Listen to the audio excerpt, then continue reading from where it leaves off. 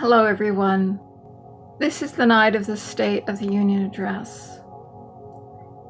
I want to preface my talk tonight with these words. I hope after tonight that Styx, Hex, and Hammer 666 gets, I'd like to say at least believably, another 100,000 more subscribers overnight, and 1 million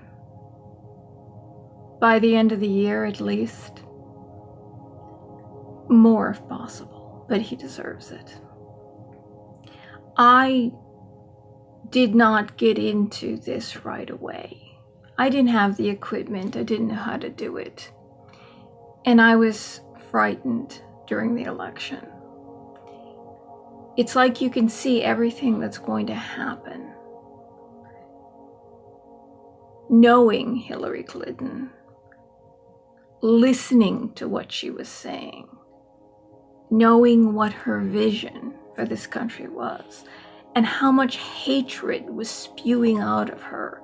It was hatred, it was division, it was name calling, and it was violent. It caused violence all over this nation. It wasn't Trump. It was the people who hated Trump and the people who hated Trump supporters. It was dangerous. It looked to me like she was going to be president, not because of popularity, but I believed that she would be the one that would cheat and win. She would be the one that would make up all the fake votes. As it turned out, when Jill Stein started to do that recount, there were boxes that said 5,000 votes for Hillary, but inside there's only 50 votes. They were putting the same vote through 7 to 10 times. So the cheating was going on, but it was by her side. And there's been a lot of other examples all over the country that cheating was going on.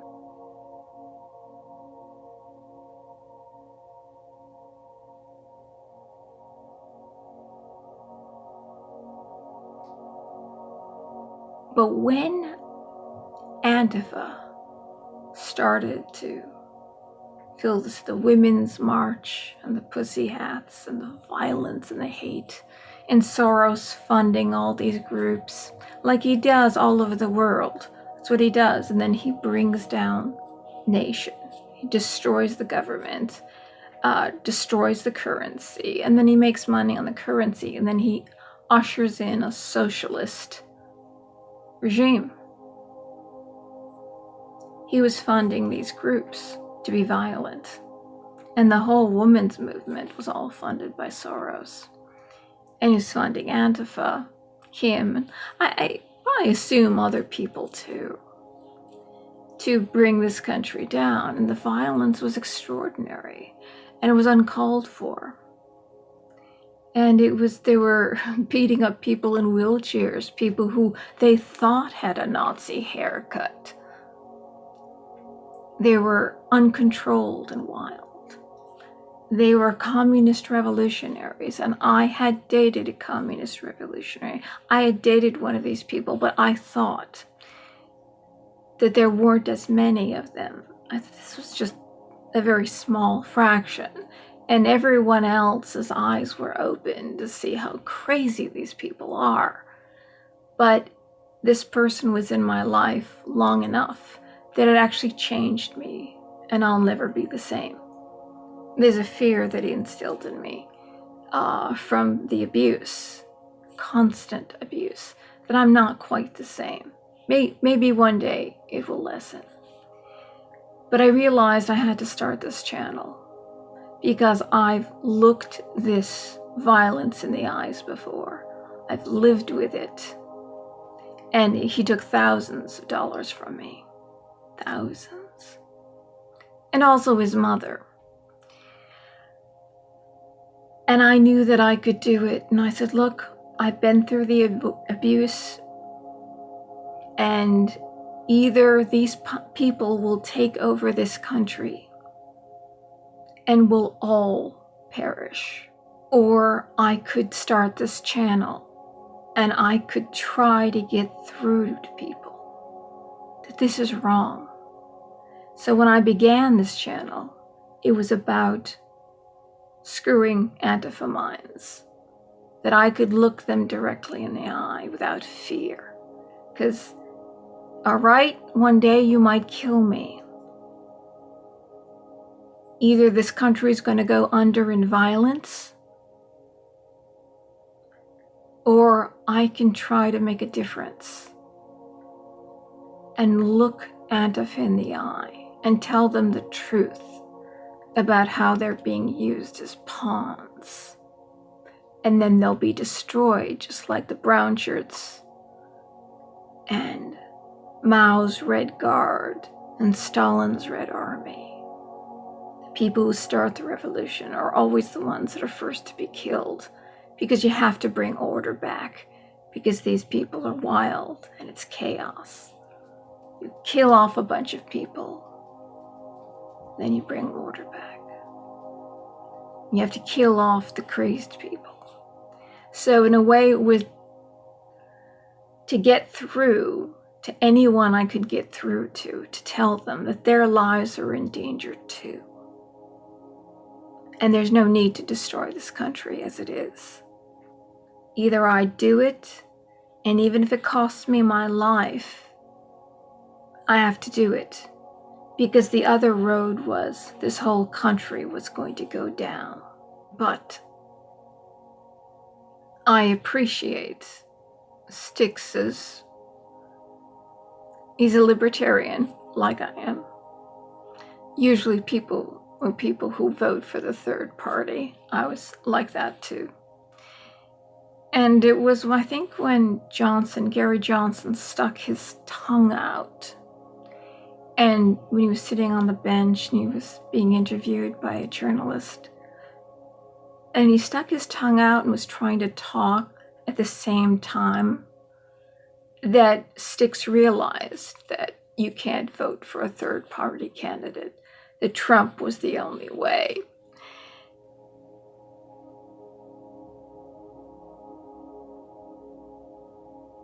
And thank God that happened, that awakening happened, because he's very soberly brought hundreds of thousands of people along and opened their eyes to the truth.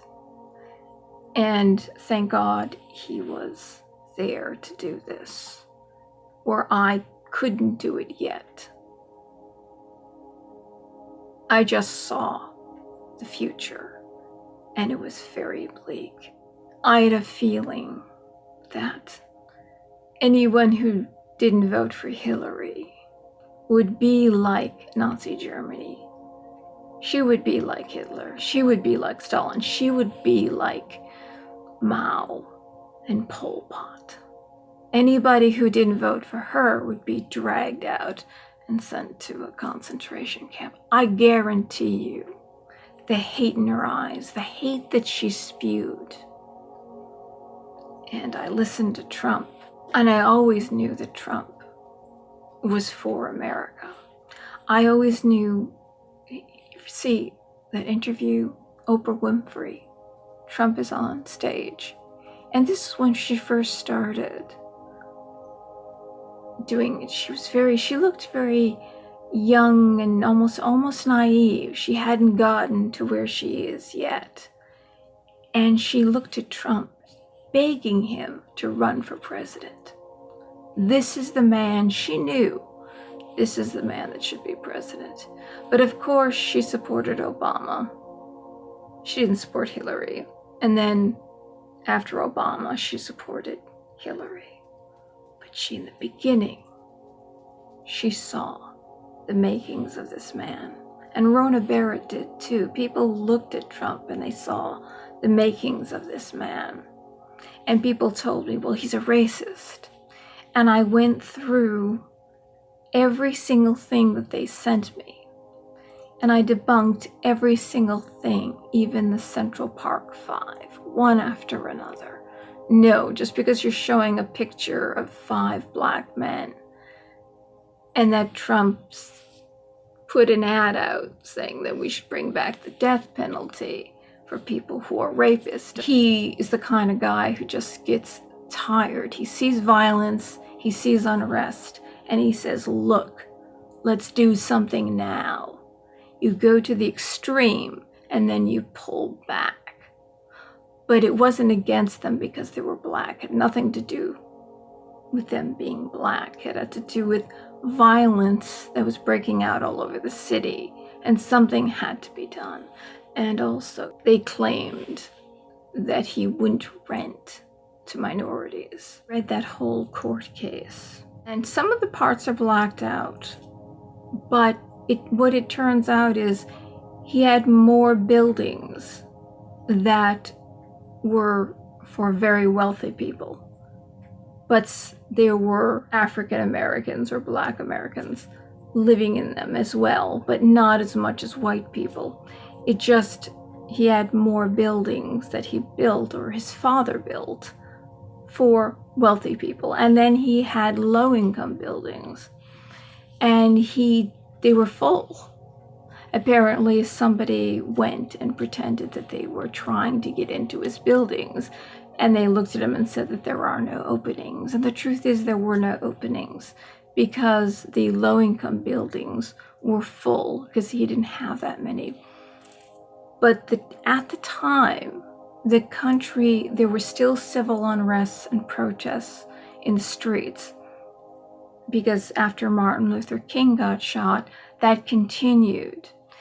And many landlords didn't want to rent to people who were on welfare because they wouldn't pay, and then they couldn't kick them out of the building. They wouldn't be paying, and they'd be spending their money on other things. And now Section 8 housing is done differently, so that problem is eliminated. But Trump basically stood up and said, look, I'm the big one. Take the big one, the biggest one to court, because you want to make the example out of him. Because nothing happened with the case, because it turned out that it wasn't true. He wasn't not renting to minorities. But he took that on himself. And if you make a big show, a big display, and you're basically telling all the minorities, or it basically was the people who were upset that Martin Luther King was shot, and by right, they felt that they were being discriminated against. So if you take to court a landlord nobody knows, a name that's nothing, nobody cares. But if you go after the biggest one, and you take them to court, and then you say, well, they've learned their lesson, they're going to be renting to minorities. It was kind of a show that the government did. And he wasn't guilty of anything. That wasn't true. So I went through things one at a time, and I found no racism. In fact, he destroyed segregation in Palm Beach. That's another story that I've told before. It's true, he did. And he had a lot of African American friends, Americans, descendants of slaves, friends, and got an award from Jesse Jackson and Al Sharpton for hiring more minorities, didn't go to school, didn't go to college, and promoting them than any other businessman. He's just not a racist. He's not a racist.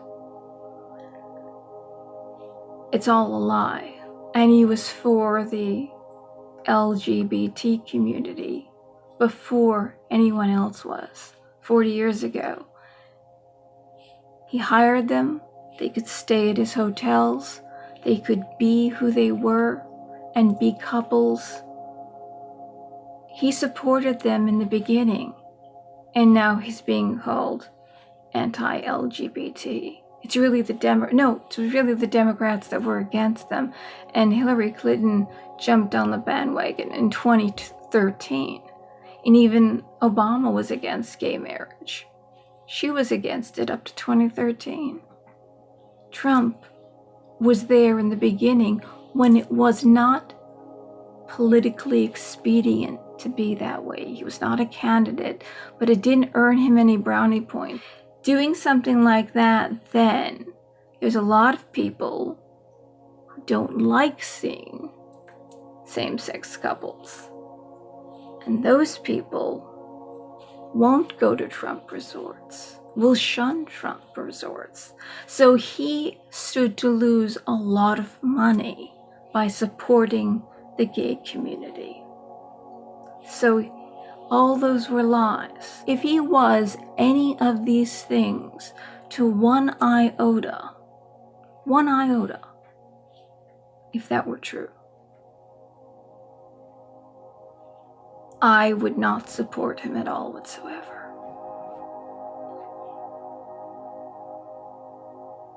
I knew about Hillary, and I knew that she was a racist, and I knew about the 3 strikes, you're out.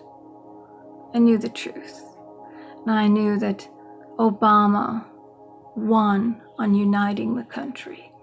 We were at a point when racism was going away. And then in 2012, it was all about division. He went by breaking everyone up into different communities and fighting against each other. It was all the white man's fault. Suicide by white men was skyrocketing. It was the highest in the country. Because nobody cared for them. And the soldiers, 22 suicides a day. Because nobody was caring for them, and the VA was basically killing them by not caring for them. They would die waiting for treatment. But Trump is changing that. So there was a depression in this country, and anger, and hatred, and division, and fighting, and communities fighting with other communities. And if you are anyone who's fleeing war, coming to this country for amnesty, the first thing I would want is I would want a country that was only letting in people who were not terrorists, who were not rapists, who were not drug dealers, who were not going to put my children into sex slavery or human trafficking. I would want a filter that when I came to this country, so all minorities, the Muslims escaping their situation, the people from South America who want to escape their situation, and I was bringing my children in, I would want the country to make sure that if you're a terrorist or you're any of the other people that I mentioned, that those people would be filtered out. So my life and my children and my family could be safe.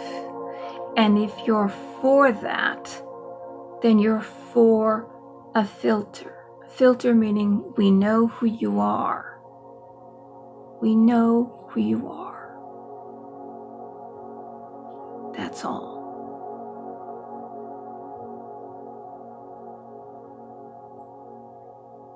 Don't you want that too? For your life, for your family's life, for your children's life. That this country was going to protect you, and you weren't coming to a country that was going to turn into the country that you fled to protect all the Muslims that want to live in peace, and all the people from any country that wants to live in peace and safety. That makes sense to me. So that's why I started this channel, and I bless Styx for everything that he's done. God bless him. Or God bless him. Good night, everyone. God bless America. God bless our president. So I hope he gets elected again.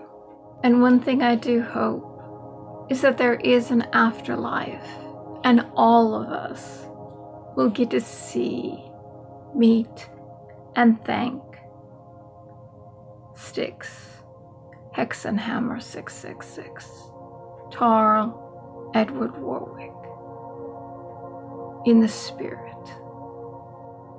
Good night. God bless you. And God bless Tarl.